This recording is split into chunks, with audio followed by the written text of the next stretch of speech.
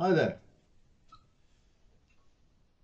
Manfred Kuhlman was a DJ in the German city of Bielefeld, and he was always very much into the Mersey beat type groups. And one day in 1974, he saw a poster for the Searchers playing at another town. He went along, loved the show, and booked them to appear in Bielefeld. And that started him booking the Mersey beat groups in, and it went very, very well. And then one of the guys said, if you ever want to come over to Liverpool, you know, we can fix you up with accommodation and so on. So he came over to Liverpool and met a lot of the guys, saw the scene, was absolutely entranced by it, and it resulted in producing this book, Beat Waves Across the Mersey, the sound that was heard around the world. And it's a very chunky book, and the people he met on that first and the subsequent trips to Liverpool, because he's been here a lot, and he used to come over for the Beatles week, people like Bob Wooler,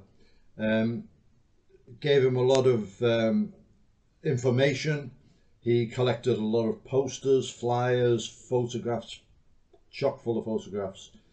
The introduction to it is by Johnny Guitar, who was very much on the scene back in the day, and it's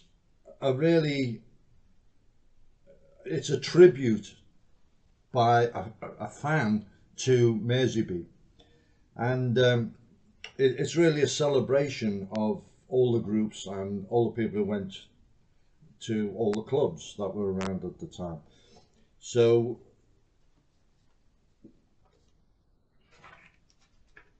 some of the photos, groups from the Cavern and so on.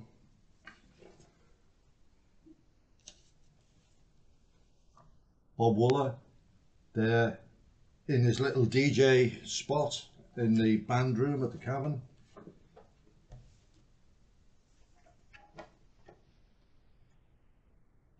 There's a big section on the Beatles, but some of the other groups that were around, as you can see, were maybe, let me just get, maybe not as cool as the Beatles. Yeah, lots of detail on the Beatles, chronology and the lineups and so on. What he does, he goes through most of the major groups and a lot of the lesser known ones in alphabetical order, and he also, if they made any records, he puts that in as well. There we have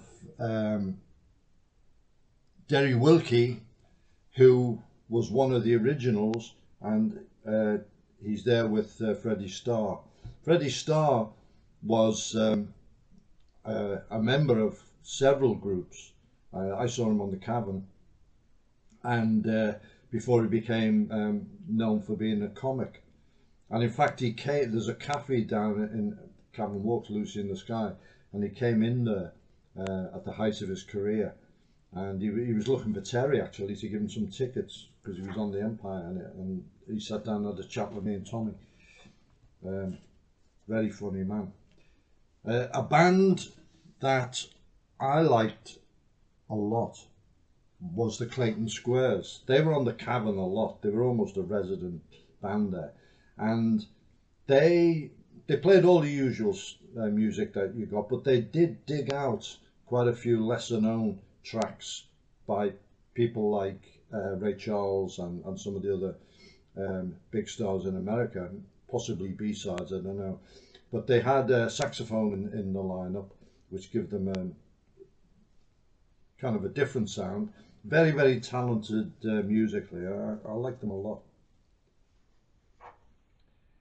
Another band the Crying Shames, made a really good hit record, and the drummer from the Crying Shames was the chap who used to be the drummer in our little unnamed group when we were all at school. So all in all, it's a terrific resource, particularly for anyone who was around at the time. You look back, it's full of nostalgic stuff, and it's a very, very good companion to the Rock Family Trees that we reviewed earlier about Mersey Beats, and you can sort of trace bands and who left who and where they joined, and then you can read more about them in Beatwaves.